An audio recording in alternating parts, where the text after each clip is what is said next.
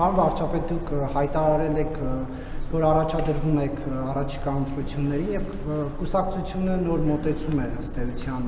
ցուցաբերում թեկնածուների հավաքագրման հետ կապված, խնդրում եմ պարզաբանել դա ինչով է պայմանավորված եւ գումարի չափը 500 միլիոն կուսակցականների դեպքում եւ 1.5 միլիոն անկուսակցականների դեպքում, ինչպես է այդ գումարը որոշվել այդ չափը, այդ գումարը ինչ է լինելու, արդյոք այստեղ շուտ կոռուպցիոն դրսևորումներ չեն կարող լինել։ Ինչ կոռուպցիոն դրսևորում։ Նախ ասեմ, որ այն ինչ որ դուք ասում եք նորություն, ոչ մի բան նորություն չի։ Այսինքն այդպես միշտ տեղի ունեցել քաղաքացիական պայմանագիր կուսակցության դեպքում, այլ բան, որ թե ինչքանով է դա հանրային ուշադրություն գրավել, ինչքանով ոչ, իմիջիայլոց ուզում եմ ասել հերթական ընտրությունների պարագայում, օրինակ 2017 թվականի հերթական ընտրություններում մենք նույն սկզբունքով ենք արել, որովհետև մեր կանոնադրության համաձայն էլ մենք արտահերթ ընտրությունների դեպքում, քանի որ ժամանակացույցի խնդիր կա, ցուցակը մի քիչ արագացված ռեժիմով է ձևավորվում, իսկ հերթական ընտրությունների դեպքում ավելի, այսպես ասած, տևական պրոցեսի արդյունքում մենք փաստորեն 2026 թվականին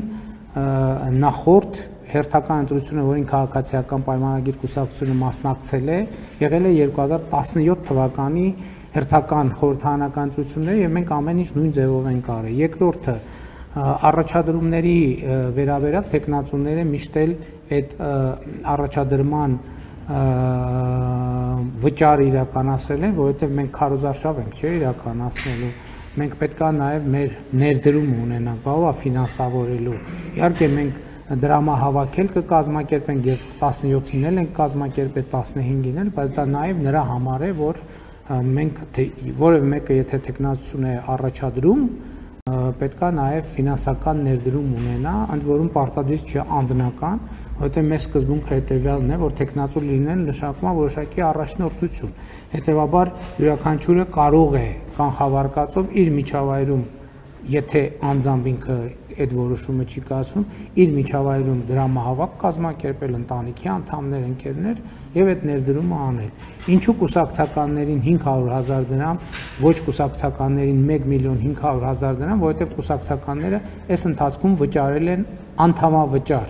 որպեսզի անհավասարություն չլինի, մենք հաշվարկել ենք մոտավորապես տարբերությունը, որ նույն վիճակին լինի, ներառյալ այս ընթացքում կուսակցականների վճարած անդամավճարները, որպեսզի հավասար